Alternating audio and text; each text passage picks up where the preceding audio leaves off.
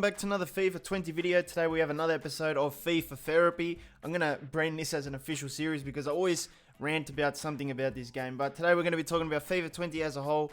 More importantly, we're going to be talking about the things that I don't really like in the game. So we're going to be talking about career mode, Volta, Ultimate Team, and whatever else comes to my head during the video. As always, if you do enjoy the video, remember to leave a thumbs up for me. It always helps the channel. And if you're new around here, make sure you subscribe because we always talk about FIFA 20, we're talking about the news, we're talking about FIFA 21. If you don't want to miss any of that, make sure you subscribe today. Please keep in mind though that this is my opinion. We all have different experiences with the game. Some like it, some don't like it. And we all play different game modes more than others. So, you know, everyone is going to have a different opinion on what they like and don't like. So, yeah, there is stuff to like about FIFA 20, but in this video, you won't get those things. I might make a different video talking about the things I actually like in the whole game, not just career mode and stuff. So, yeah, keep in mind, I do enjoy certain things in FIFA 20, but this video is not for that. So I guess we should start with the second most popular game mode confirmed by EA and other sources. We're going to talk about Volta. So I thought Volta had potential, but it turned out that it didn't really appeal to me as much as I thought it would have before FIFA 20 came out. So to me, Volta is pretty dead at the moment. A lot of people are saying it's a dead mode. And of course, there is stuff that is pretty cool with it. You know, the futsal stuff. It's a different experience, but I think there's some missed opportunities with it, and at the moment I just don't have a reason to go and play it, if that makes sense. Firstly, let's start with the Volta story mode. Now, it's a good idea in theory, but I think it's a bit boring in my opinion. Like, I played 30 minutes of it, and I didn't go back to it because it just felt like a chore to play through, you know, it just felt so boring. And the voiceovers were not the best as well, and I just didn't have a reason to complete the story. I think if they brought in the same characters from FIFA 19's journey, then I might have been more interested to finish it, like a Hunter. I know he was in there, but it wasn't the main guy. You know, they brought back the Williams guy and stuff. I think I would have had more of a reason to complete the story because I did finish the journey in the older FIFA games. But yeah, for this one, I just didn't have a reason to finish it, and it was just pretty boring. Overall, I didn't enjoy the half an hour that I played in the Volta story mode. The second thing about Volta that I don't like, and I think it's the biggest opportunity that EA missed this year, and that was not including pro clubs in the game mode. Now, I think it would have been cool to actually team up online with your friends, just like you would in pro clubs, and actually verse other clubs, you know, in Volta. I do believe that they will eventually come in the future. I don't think it'll be FIFA 20, but more likely on the next gen consoles. I think maybe FIFA 21 will have it. I know that EA is aware of having a pro clubs mode in Volta, so I think eventually they will throw it in. So yeah, I think Volta wasn't too bad overall, just has a few missed opportunities that could have made it a bit better. So let's move on to some career mode, my favorite game mode anyway. And there is some good things in career mode this year. If you missed my video about the things that I actually like in career mode, make sure you go and watch that. I do list all the stuff that I do enjoy about the game mode. So it's not all bad with career mode. The problem is it just shipped as a broken mode, if that makes sense. Now obviously the thing that we all hated the most in career mode was the AI rotation. That affected everyone and it made it pretty much unplayable, but they have fixed it, to be fair, in the latest update, so we have to take that one off the list now. But does that mean career mode is free of all the issues? Definitely not. There is still a lot of things that are present in career mode that EA hasn't fixed yet, and there are some issues carrying over from FIFA 19 that are affecting FIFA 20 now as well. The first thing I'll put on my list today is the fact that you're getting sacked way too easy now in FIFA 20 career mode. You can get sacked by giving a very high release clause or a low release clause or something. You can get sacked with wages. You can also get sacked doing full calendar simulations. I think I did a 2-year calendar simulation and I ended up getting sacked about 4 times, and I went from the Premier League down to League 2. And yeah, I just got sacked like 4 times in 2 years. But in FIFA 19, you could get away with calendar simulations. But this year, it feels like you have to save your game after every match because you just don't know when the sacking's going to come. Like if you give a high wage or a low release clause, you can get sacked. Calendar sim, you can get sacked. You just don't know, so you have to always keep on saving your game. So let's talk about some specific bugs that I don't like. The first one is this one, where the Barcelona kit replaces whichever club it should have been. And basically there is a lot of circumstances where the news tile gets it wrong.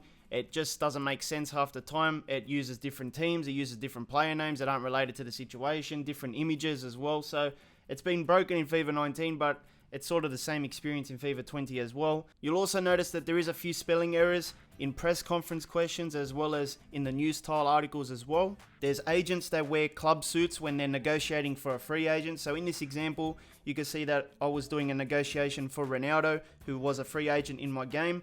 and the agent was wearing a Lazio suit, which doesn't make sense because Lazio has nothing to do with the situation. There's also a lot of fixture congestions and pile-ups. Sometimes you'll get back-to-back games, so 2 days, 2 games, and obviously you need like 2 squads to maintain that level of fixture congestion. I guess another thing that could be fixed or improved on is the pre-contracts. I think there's a lot of world-class players that have their contracts run out, and it's just not realistic. Like, every January transfer window, you can get world-class talent on a free transfer, and that's really a cheating way to boost up your squad. I don't really like the way they've done pre-contracts. I think they need to make it a bit more harder, a bit more realistic as well. There's also a bad trophy celebration that hasn't been changed for years now. Very much the same thing for every competition. You win the Champions League, you cop the same celebration as winning a Carabao Cup or something similar. So overall, you can see that there is a lot of stuff still plaguing career mode. I guess they're mostly minor stuff now. Like, you just have a laugh when you see something stupid in the news tile. I think everyone expects it now. Like, it's been around since FIFA 19, so we just expect stupid stuff to happen.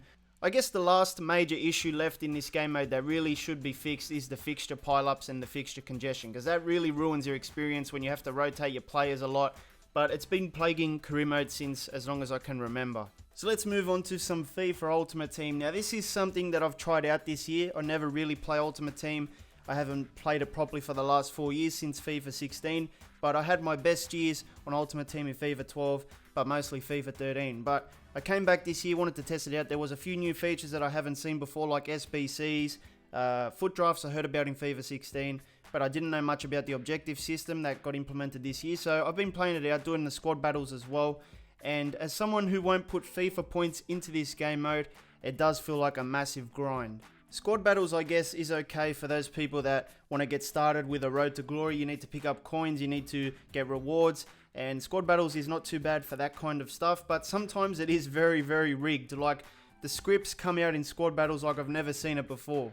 Now, apparently it uses your opponent's chemistry, so I'm guessing if the opponent has a 55 chemistry, your team turns into a 55 chemistry team. I'm not sure about that one, let me know. But basically, I was a full gold rated Premier League team, 80 overall I think my rating was for the team, and I had 100 chemistry going into a squad battle against a full bronze team. So I thought, I saw full bronze team, 50 chemistry, I thought this is going to be a piece of cake. I turned up the difficulty all the way up to ultimate, and I actually got smashed 5-0 with a full bronze team against me. I thought, how is this even possible? Like, if this was in career mode, you would actually kill this team. But in squad battles, for some reason, this team turned into prime Barcelona, and basically their strikers were like Messi and Ronaldo, and I just got pumped, man. So I don't really like when squad battles becomes rigged. Moving on, I think Ultimate Team has issues with the servers, and obviously delay is a very big issue in certain game modes as well. But most of the time, a lot of people are getting kicked off the game with the servers just playing up, and this really hasn't changed for many years. I remember playing FIFA 12, FIFA 13, where the servers would cut out, and basically you had to restart the Ultimate Team. So I don't know what's going on with the servers. They say they're fixing it, they say they're improving it, but it's the same thing every year in regards to that. And obviously it makes a lot of people angry, because when you're experiencing delay, especially in a competitive game mode like Foot Champions or something, it's very hard to do well. Now, another thing I want to touch on is pack luck or pack odds. I think they're terrible, to be honest. Like, I wouldn't spend any money or any coins on packs like gold packs, because it's very hard to pack a decent player over 85 now. I'm not really sure what the rewards are for like elite players and stuff, but if you're just opening standard packs, you're not really going to get much out of them. The return on the investment is not good. Also, another thing that I don't really like is the cost of foot drafts. I don't think they should cost 15,000 coins, because someone who's starting out with a road to glory, you need every coin you have to build up your squad. And I haven't really been able to try out foot drafts yet because it costs a lot, and I think most of the time you don't really get a good return on foot draft anyway. So that's just an issue that I'm experiencing. But pretty much Ultimate Team does sort of make you feel like you can't compete unless you get the God squads, which obviously means you have to grind out the game a lot and pump out those FIFA points. So yeah, I think I'm just too much of a career mode fanboy to really get into Ultimate Team as much as other people, but I think career mode for me is a better option. Now, in regards to pro clubs, I'm not really going to talk about that because I've never really played it. I haven't tried it out yet in FIFA 20, so I don't really know much about the game mode, so I can't really have an opinion on that one. Now, in terms of gameplay, I actually enjoyed most of the gameplay in FIFA 20, except sometimes ultimate difficulty in career mode is a bit inconsistent. 1 minute it's very hard, 1 minute it's super easy, so there is a bit of inconsistency there. There's also clipping issues and bugs like every year, but for the most part, I think the gameplay is not bad in my opinion. Now keep in mind, my opinion on gameplay is based on my offline experience. I haven't really played that many games online to really give a formal opinion on that. So that's pretty much all the things that I don't like in FIFA 20 at the moment.